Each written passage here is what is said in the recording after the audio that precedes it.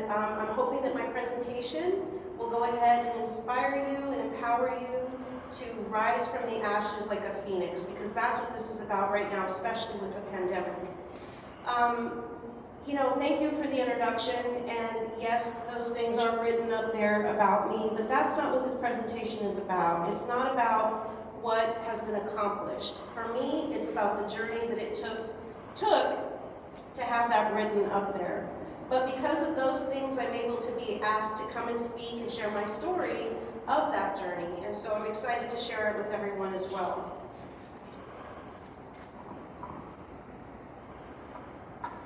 The first thing is, whether in life or in business, we have to believe in who we are, because it starts with us. If we don't believe in who we are, then how do we expect for others to believe in us? We were born to win, but to be a winner, we have to plan to win, we have to prepare to win, and expect to win. We can't just say one day, okay, today I'm going to go out and do all of these things, have a list, go out and do them, and then they don't happen, and then we become discouraged because we didn't put forth the effort into it to possibly do the research. Is it something that people are going to like? Maybe it's our passion, but maybe it's only our passion. Maybe there's other people out there that maybe it's not theirs, or maybe they're not interested in it. So we want to be able to do something that we can have as our passion and use it, but also to inspire others as well. So if you're wanting to start your own business and jump from being an employee to an entrepreneur, there are some things that have to happen. It has to start with, first of all, your mental state. Where are you in life right now? What things are going on around you? Is social media your main focus right now? Do you wake up to Facebook to see what everybody else is doing? Do you go to bed reading what everybody else is doing? And all throughout the day to see what everybody else is doing. Well, guess what? You just wasted your whole day on looking to see what other people are doing, and you're not focusing on what you could be doing. Being an employee is going in at a certain time, leaving at a certain time, maybe being off on the weekends. An entrepreneur is 24/7. The first time I realized I was truly a business owner, and this is getting a little personal, I went to the bathroom and there was no toilet paper. So I yelled to the other side of the door, did somebody buy toilet paper? And the other side said to me, you didn't get it? Okay, I didn't know I was supposed to. It's my business. Yes, I'm supposed to buy those things. The copy machine. I went to make copies, ran out of paper. I'm like, did anybody get paper? I was told or asked, did you buy some? Those little bitty things that we take for granted, that we have in an office, that we go to every day, suddenly then become something really important that we do need in our own business. So we have to think about those little things. Dollar Tree and Amazon are my two best places to shop. Absolutely. Owning your own business doesn't mean that you have to go rent out the most expensive office space, or that you have to have the most expensive desk, or anything like that. You can start out of your home. You can buy things that are practical and reasonable that you can use and reuse if you need to. It doesn't mean that you've got to go into debt just starting out, because if you do that, you're going to get discouraged and you're not going to follow through. This slide to me is really important. Actually, all of them are, but this one especially, because it tells you what a successful entrepreneur is, okay? According to whom? I don't know. So if you go to Barnes & Noble, there are rows and rows and rows of books of how to be an entrepreneur. What is the recipe? Okay, so let me read these really quick. You must be driven, you must be focused, you must be decisive, independent, genuine, flexible, knowledgeable, and blah, blah, blah. Okay? Somebody sold a book for $12.99, somebody sells a book for $50.99, okay? I bought all of them, or almost all of them. And I've read like almost all of them and half of them. And you know what? They all tell me the exact same thing. But you know what they failed to tell me? They They failed to tell me, how do I get my life in order so I can do these things? How do I prepare for this change? So I don't want to say I wasted my money, because it was a valuable lesson, but guess what? What I need to learn, I'm learning through my journey, and I'm not going to learn it from somebody else telling me I have to be driven, focused, decisive, independent, genuine, flexible, and knowledgeable. Okay? Our journey that we're all going through right now is our own book, and we write it every single day.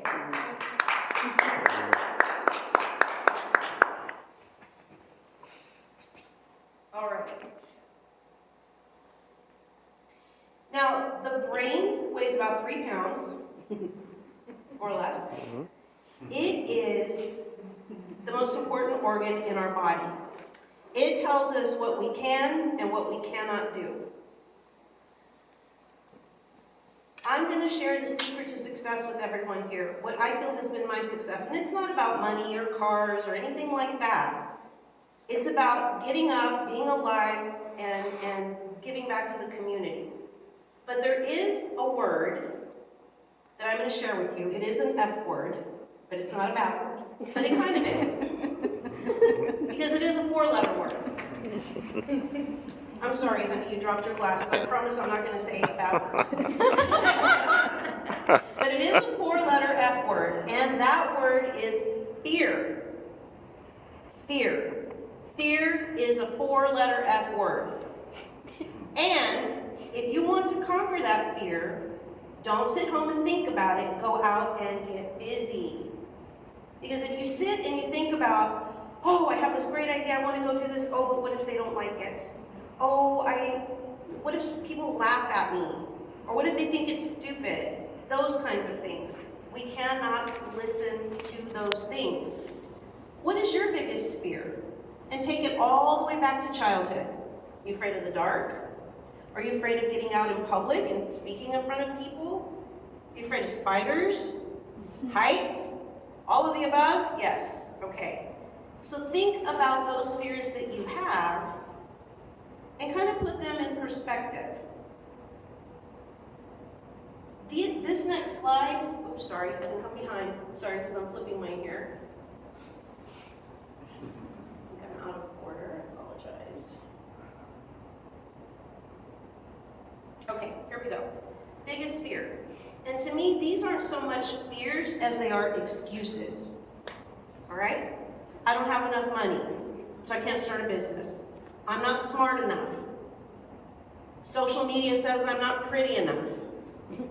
What is my family going to think? They're going to think I've lost my mind, you're going to quit your job, and you're going to go follow your dream.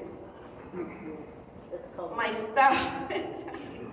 spouse doesn't support me. I have kids. I don't know what to do differently, and so on and so on and so on. So to me, the positive and negative of this is that yes, they're fears, but they're also excuses. But I also feel that if we tell ourselves these things enough, we become the best marketer for not to do our dream. And we're all marketers. Every single last one of us are marketers of ourselves.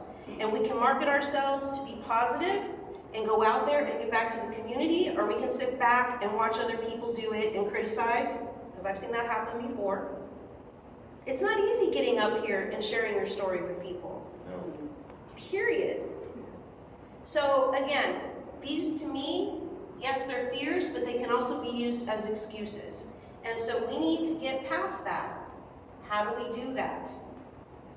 Think about what is the single most biggest accomplishment in your life that you've ever accomplished. And it doesn't have to be that you are a millionaire or that you drive the best car, you live in the best neighborhood. I'm not talking about that. What if it's being the first person to graduate in your family from high school? Or even college? Or the first person in your family to have a job? Or what about being a single mom and getting everybody out of the door on time, fed, dressed, and out the door to school? That was my life for many years until I met my Prince Charming. Thank God he didn't know me then, because he would have never married me if he'd seen all of that. So thank you, honey, for waiting. So think about your accomplishment That big accomplishment that you feel you were successful, like super successful at doing something. What was your mentality back then? Who were the people you were hanging around? Okay, because that has a lot to do with you moving forward. Who you surround yourself around. Okay? And emotionally, how were you emotionally back then compared to now? All three of those factors are ginormous factors that may prevent us from being successful. Okay? The cowardly lion. This little lion, oh my gosh, he's so adorable. But I feel sorry for him because he thought that he needed to have a medal to say he was courageous. When in fact, he was courageous all along. The medal was just a little acknowledgement to say, hey, you're courageous. But you know what? He had to be put into a situation where he had to bring it out in himself. And that's something that we need to think about. It takes courage to live our dreams, to achieve greatness. The mind is the most powerful organ in our body, okay? All right. So we're talking about courage here, okay? And I apologize, I'm a little out of sequence here. When we talk about courage, I want you to look at this slide. This is Fireman Mike Kehoe from Ladder 28 in New York. He was one of the first firemen to go into the building on 9/11.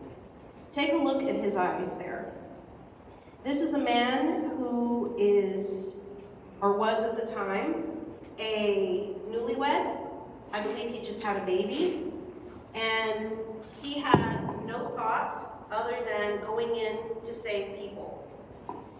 Talk about courage. Here we go. Sorry about all of that. I stapled things incorrectly there. The great thing about this picture that I love so much is that he's going up as people are coming down. And do you think that he thought that morning when he woke up that he was going to be doing that when he kissed his wife goodbye in the morning? No. Probably not. Okay? This gentleman right here in Tiananmen Square with his bag of groceries, do you think that he woke up that morning when he went to go buy his groceries, whatever he has in there, and he saw those tanks approaching, headed towards young college students? Do you think that he thought that he would have the courage to go stand there and say, no, you are not going to do this? They have courage. They're ordinary people just like us. They have courage. You do too. It's in all of us. All of us.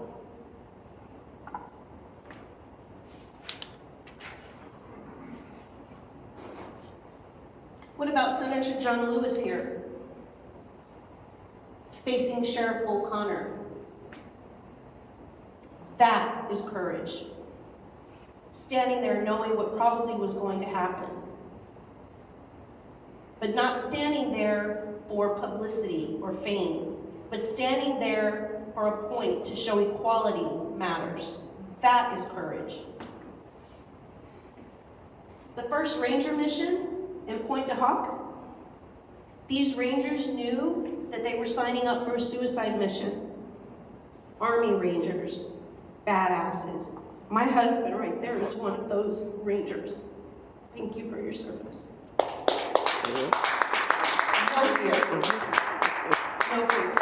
Again, ordinary people doing extraordinary things when put in situations where they felt they needed to stand up and prove a point. It's in them, it's in all of us. All of us.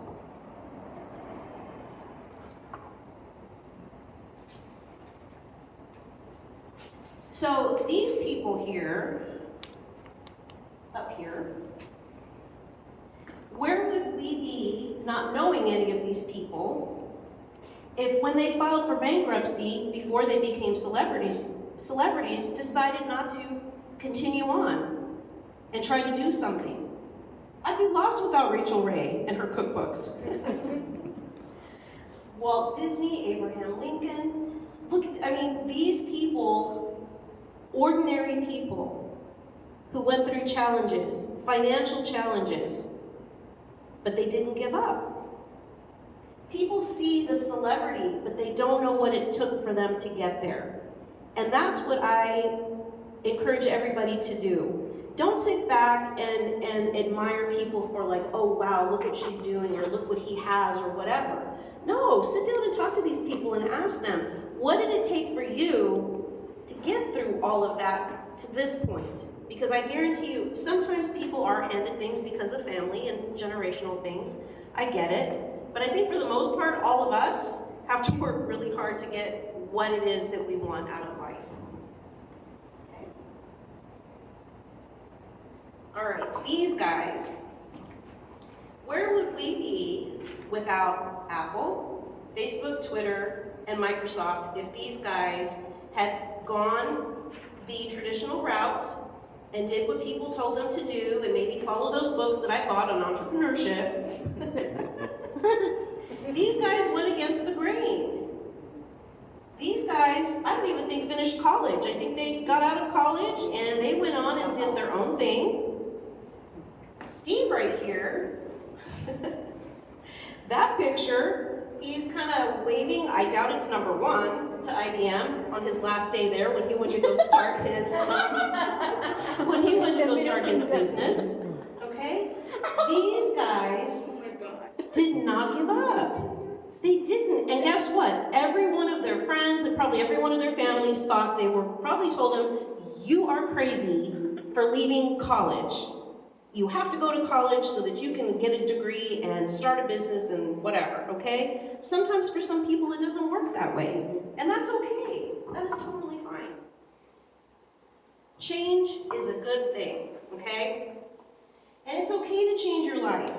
It's okay to change your surroundings and the people that are in your life. Facebook, okay, I have a lot of followers on Facebook. I follow a lot of people on Facebook. But a lot of that stuff, I hate to tell y'all, and y'all might be shocked, is not true. It's people sometimes putting things up there to maybe make themselves feel better and make other people feel bad. I don't know.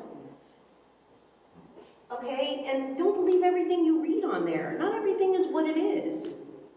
All right, people post stuff about me all the time, and just recently, not too long ago, something not very nice, but you know what? It's okay, because the people that know me know it's not true. And I'm all right with that. No big deal.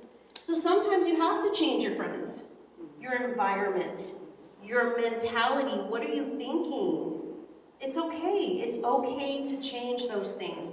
We have to change those things, because if we don't, we're going to be stuck in the rut and we're not going to move forward. Then we're going to blame everything and everybody, and oh, I hate San Antonio because this is not the city of opportunity. I've heard that so many times. I heard an Uber driver telling me that the other day. That he couldn't wait to leave. And I was like, good, go. Because wherever you're going, you're going to have the same stuff over there too. If you don't change what's in here, you're going to take it with you to wherever else it is that you go. Okay? So, the monster that speaks to all of us, the fears, that little monster that tells us you can't. What are you thinking? You have no business. How can anybody quantify fear? It's subjective. It's what we feel it is. Nobody else can tell us what makes us scared. So then how can they tell us in a book how we should be an entrepreneur? They can't. Everything you've ever wanted is on the other side of fear. And all fear looks just like that big, ugly monster. It's what it looks like.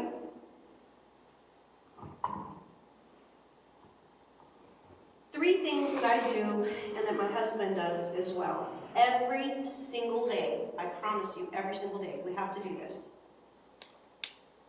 Stay positive and avoid the negativity from all sources. That means family. That means friends, coworkers. The second I start hearing something negative, my body rejects it. I physically become ill. I can't deal with it. I cannot. I have to be surrounded around like-minded people that have like-minded ideas, that they're positive, that they love life. You know, they're not just focused on the negativity and, oh, you know, this happened to me and now I can't do this. Well, you know what? I tell those people, because I was one of those people, let me take this as an opportunity. This is part of my book. This is part of my journey. I'm supposed to go through this.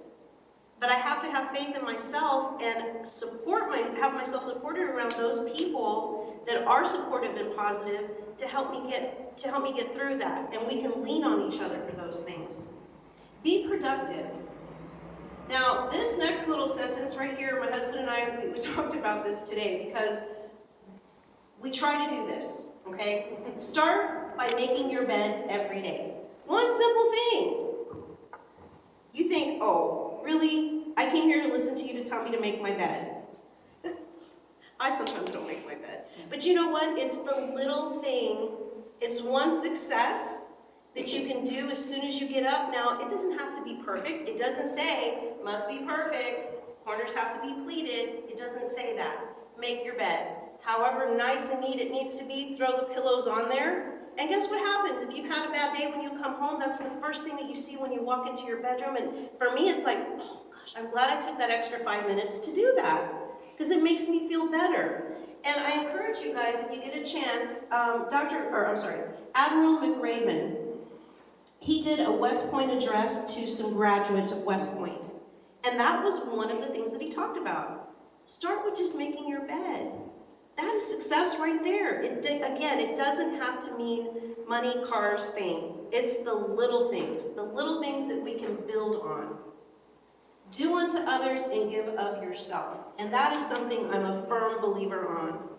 We cannot go through life saying, I want this, I want that, I want this, I want that, if we ourselves are not willing to give back to our community. You have to. Period. It's our responsibility that we must do that. We must be speakers. We must be supporters. We must be there for each other. Because if not, then it becomes about yourself, and then nobody really wants to be around you. I know I don't. So it's very, very important that we give back to our community and share our knowledge. Luck is the product of hard work meeting opportunity. This picture right here, out of all the pictures up there, is the one that I love the most, WD-40. You know why? WD stands for water displacement. It's a formula. This company tried 40 times to get it right. That's why they called it 40. Can you imagine if they gave up at number 5 or 10 or even number 39? I don't know about y'all, but I would have a really hard time trying to get these door handles and stuff from squeaking and that kind of stuff.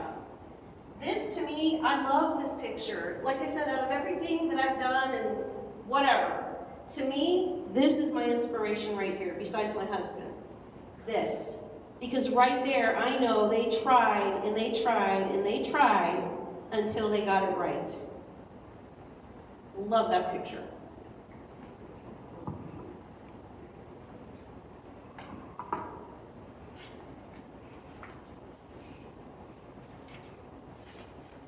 I can't believe the 30 minutes went by that fast, because I could be up here and talk for forever.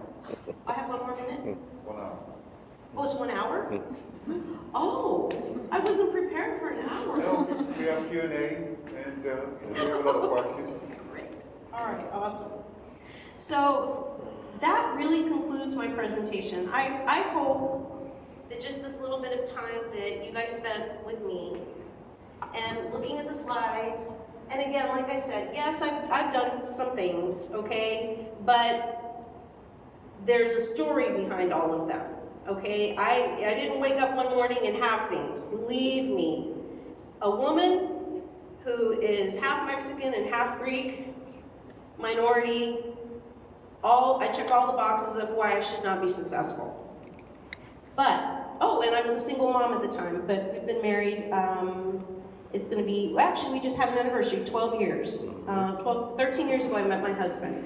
But I was a single mom with 4 kids, and I put myself through nursing school twice, LVN and RN school, and it was not easy at all. So all I can say is, for everybody that's out there, if you're struggling right now and you think that you can't do something because of your situation, I'm gonna tell you, I'm living proof that you can. You have to surround yourself around positive people. You just have to. You have to have support. You cannot do this by yourself.